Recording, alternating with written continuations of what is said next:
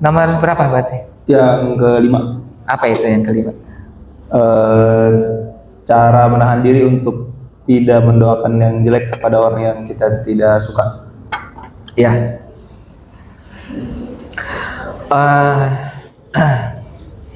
Ya, mendoakan yang buruk.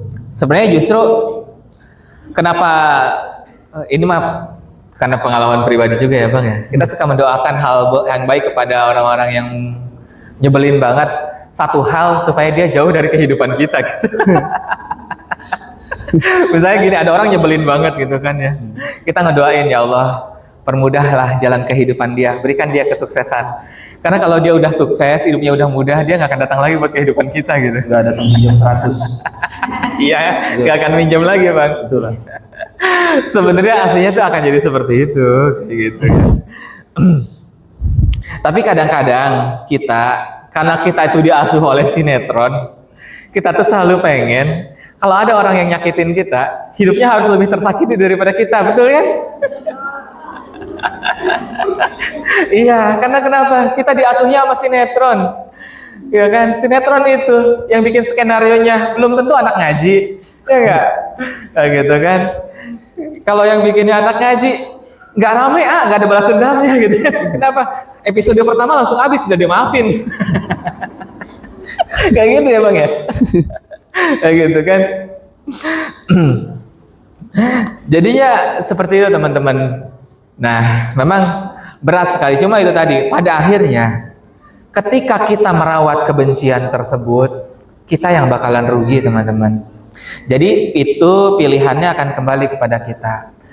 Semakin kita mengharap mereka mendapatkan keburukan dari keburukan yang mereka berikan kepada kita, maka sebenarnya kita semakin membuat bukan masalah kebenciannya ya, tapi intensitas pertemuan kita dengan orang tersebut semakin intens, kayak gitu.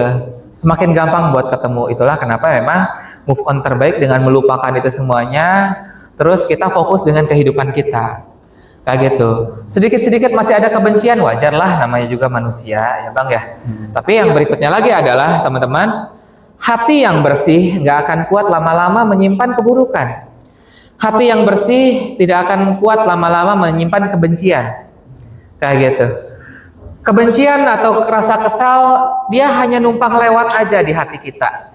Sebel sih, iya sebel, gitu kan ya. Malah sebelnya udah pakai shin yang tadi ambilnya itu ya. Sebel. Kesel. Kalau cewek ngomong gitu imut, ya, kalau cowok yang ngomong amit ya. Amin. Gitu ya. Nah, jadi ketika kita membenci, padahal, kita pernah ngomong ini di podcast kita ya Bang ya? Ya nggak? Iya. Tentang kebencian ya? Udah di-upload belum yang tentang benci? Udah. Oh udah juga ya? Udah. Jadi ada di situ ya?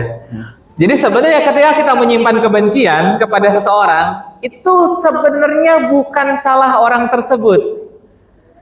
Yang salah itu ternyata karena hati kita masih menyimpan kebusukan. Kayak gitu teman-teman. Karena tadi sekali lagi, hati yang bersih tidak akan sanggup untuk menahan keburukan berlama-lama. Nggak ada kenyamanan di sana. Jadi hati yang bersih itu, gitu ya, cuma sekedar lewat aja yang tadi. Jadi cuma nggak suka aja gitu kan ya. Kok kamu nggak mau ketemu sama orang ini? Ya, dia nggak suka aja sama dia, kayak gitu kan. Bukannya benci, nggak sampai benci mah, kayak gitu kan ya. Tapi emang nggak suka aja, gitu kan. Misalnya kayak karena orang ya mungkin ya ngobrol sama dia tuh kayak, dia mau ngomongnya terlalu akuh, yang dibahas kan lama-lama orang bete juga ya. Kalau orang lain ngomongnya terlalu akuh gitu kan. Bukan angkuh ya, tapi ngomongin dirinya sendiri terus-menerus gitu kan. Kayak gitu ya. Tapi bukan berarti kita benci sama orang itu gitu. Enggak. Nah itu tadi teman-teman, maka untuk keluar dari membenci orang adalah latihlah hati kita. Penuhi dia dengan ilmu. Gitu kan ya. Karena ilmu akan menerangi hati. Sehingga setiap keburukan yang ada di dalam hati dengan sendirinya akan terkikis. Gitu ya. Jadi cukup dengan kayak gini nih, datang ke majelis ilmu, datang ke kajian-kajian. Nanti lama-lama hati kita juga akan akan terkuatkan, akan dilingkupi oleh cahaya. Sehingga ketika ada satu noda, itu kan langsung kelihatan ya. Kalau terang itu kan langsung kelihatan ya Bang ya. Tapi kalau hati kita gelap, tadi itu terlalu banyak noda juga di situ nggak akan kelihatan. Tapi kalau hatinya terang, dipenuhi oleh cahaya, maka ketika ada noda walaupun sedikit, itu akan mudah untuk dibersihkan. Jadi itu tadi, cara kita agar bisa keluar dari kebencian adalah dengan mengisi hati kita dengan ilmu. Kayak gitu. Jadi ini tadi, dengan cara seperti ini.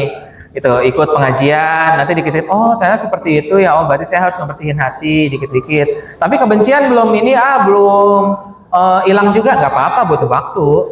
Seperti halnya kita yang membiarkan noda lama di dalam hati kita, ya mungkin lama juga hati kita bisa bersihnya.